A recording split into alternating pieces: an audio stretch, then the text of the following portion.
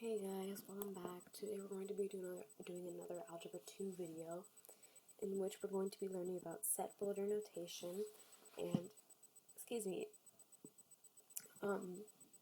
interval notation.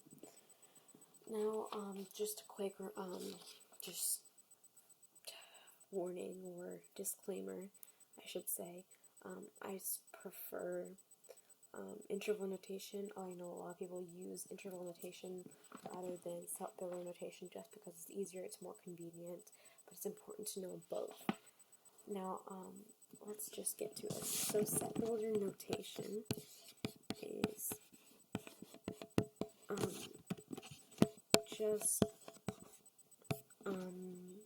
do I say this? Okay, set builder notation describes the properties an element must have to be included in the set.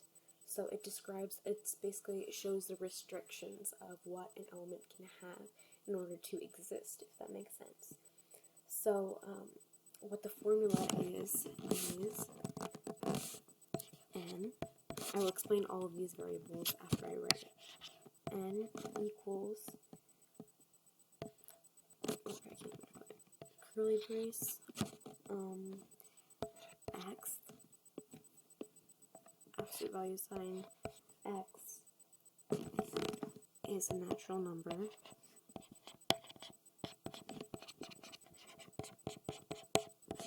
close,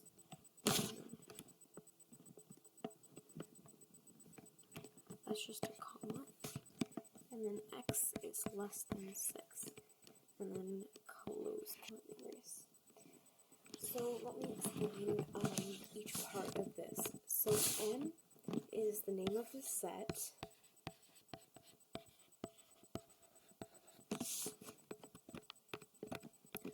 Okay. This x is the variable, as we know. Then this whole part, x is a natural number, is the condition. So it's what it has to be. And in this specific case, it describes the type of number, which usually, when you have something in set builder notation, it will do.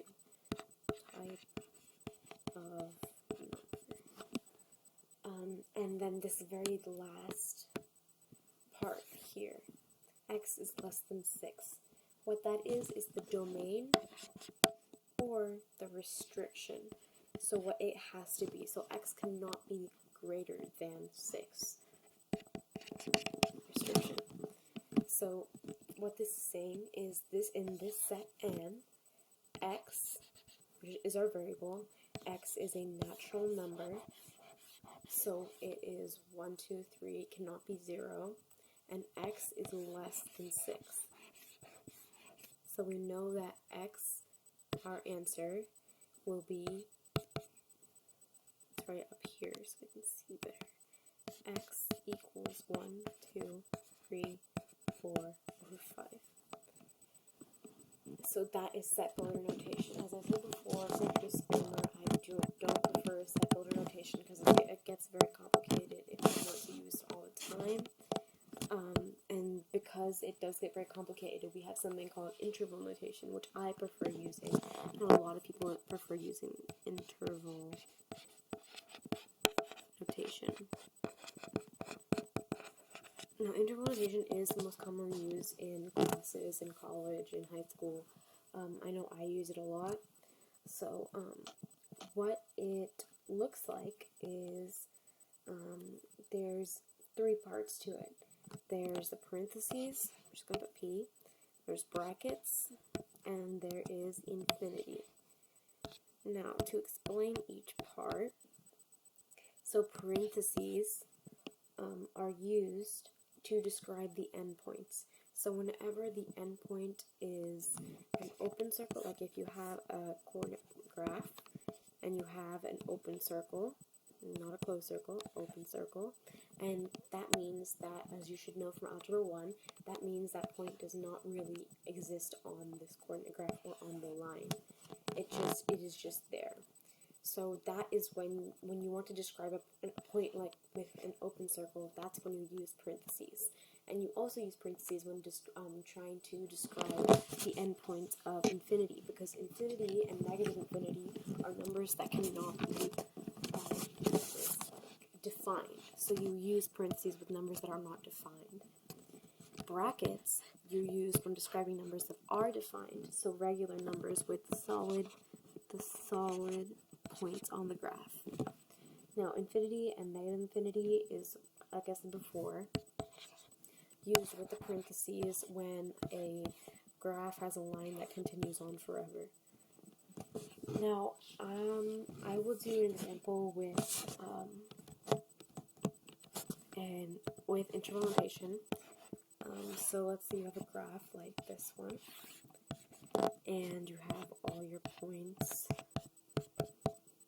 and you have a line going from 1, 0, 1, 0, and it's just going like that way. And your teacher wants you to find your domain and range. So remember, as you should know from Algebra 1, domain is the x, range is the y. So as we can see here that the domain goes from forever in this direction and forever in that direction. So how we describe that is with negative infinity and infinity.